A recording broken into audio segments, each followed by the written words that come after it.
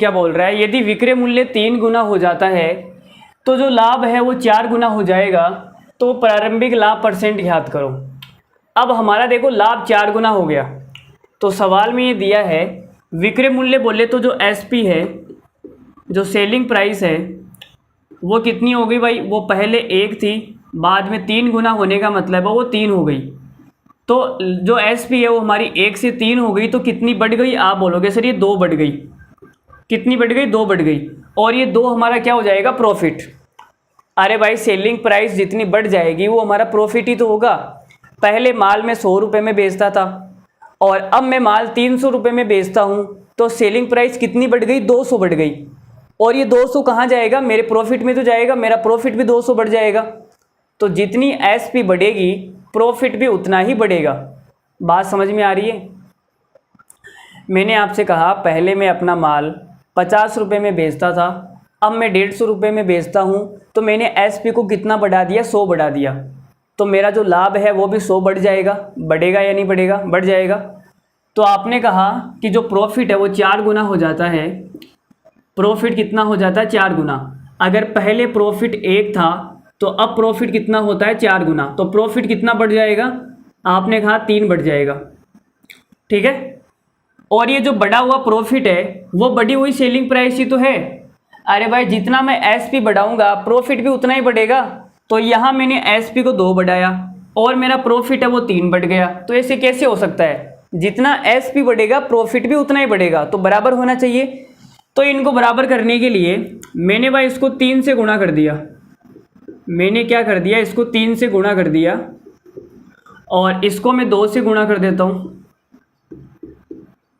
बराबर करने के लिए मैंने ऐसा किया है। अब देखो ये कितना हो जाएगा, तो आप ये बोलोगे जो एसपी है वो हो जाएगी 3 से 3 तिया 9, तो कितनी बढ़ गई, आप बोलोगे सर 6 बढ़ गई। और जो मेरा प्रॉफिट है, प्रॉफिट का क्या सीन हो जाएगा, 2, ये 2 से कितना हो जाएगा, 4 दूनी 8, तो कितना बढ़ गया, आप बोलोगे सर 6 बढ़ गया। तो देखो जितना सेलिंग प्राइस बढ़ा उतना ही मेरा प्रॉफिट बढ़ा।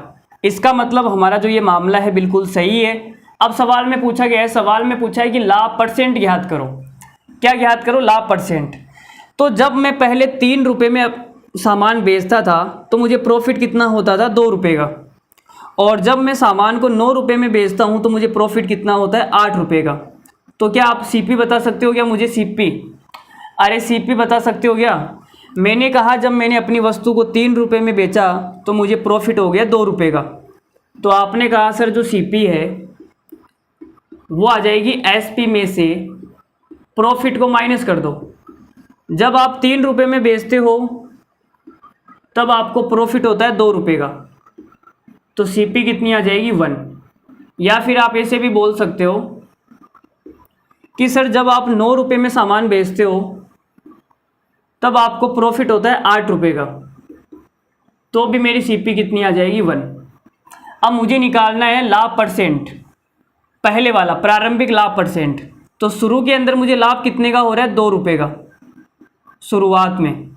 तो 2 रुपये का मुझे लाभ हुआ, वो भी 1 पर, तो 100 पर कितने का होगा, तो आपका आंसर आएगा 200%।